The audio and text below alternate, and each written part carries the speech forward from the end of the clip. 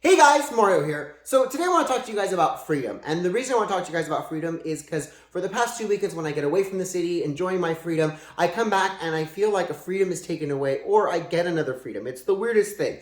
But first of all, I want to say that thank you for my freedom and the mask mandates coming down because it's a long time we've got rid of these masks. And all those people who are not taking their freedom and still wearing a mask, well, you're sheep. And the people wearing their vaccination cards, you guys are snitches because you are also snitches because those are the type of people who are going to impose on my freedom to be able to talk about topics freely. For instance, at the water cooler, if I start talking about vaccines and blah, blah, blah, blah, blah, someone may go to HR and say, I really don't like this topic of conversation, blah, blah, blah, blah, blah. And before you know it, I'm getting written up for something.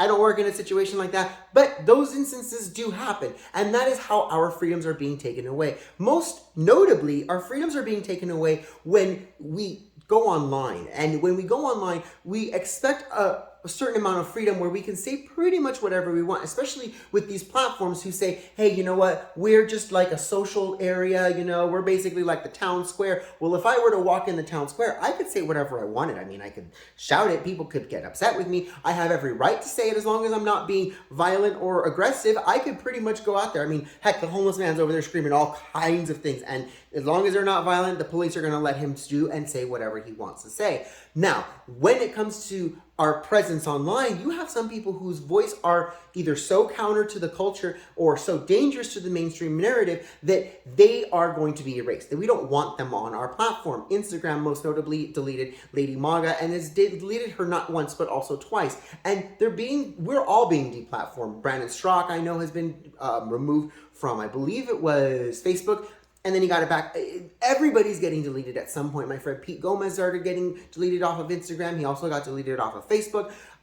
Goodness gracious, Mikey Harlow's been deleted off of Twitter. And these are just what I have here in the top of my head. We also have big names like Project Veritas, who's been removed from Twitter before. Why? Because the things that he reports are dangerous to the mainstream narrative. He's reporting on CNN talking about how their propaganda is, how they sell particular stories. And when people get exhausted of coronavirus, well, hey, let's bring out the climate change. Come on. People are going to get scared again and they're going to want to do whatever we want as long as it's about climate change. And when they get tired of climate change, well, we got to drum up something else. How about racism? That works. That gets people excited about watching our news. And this is basically how our freedoms are eroded. And this weekend, as we honor people who fought for our freedoms and fell on Memorial Day weekend, fell all throughout the years, we honor them Memorial Day weekend to say, you know what, we appreciate these freedoms that you've given us. We appreciate the ability to express ourselves however we want to express ourselves. If I want to put a big bow on my head, if I want to put heels on my feet, whatever I want to do, that's a personal freedom.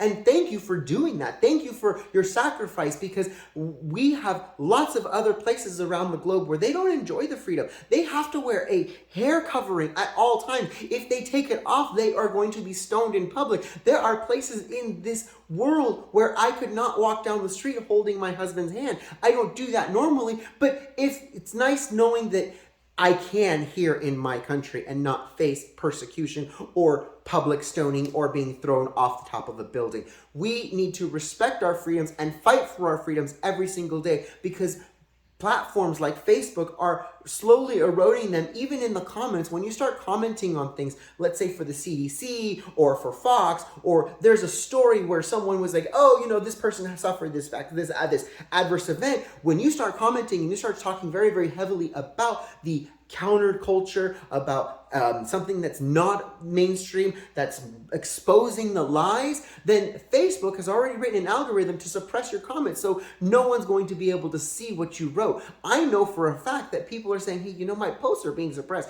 Not only your posts are going to be suppressed now, but also your comments. This is how they erode our freedoms. And we need to start banding together, start using different ways of speaking, use numbers and exchanges of letters, separate your words, and this is how you can get around the algorithm, at least until they can figure out how they can then catch us or how we're doing whatever we're doing to get around it.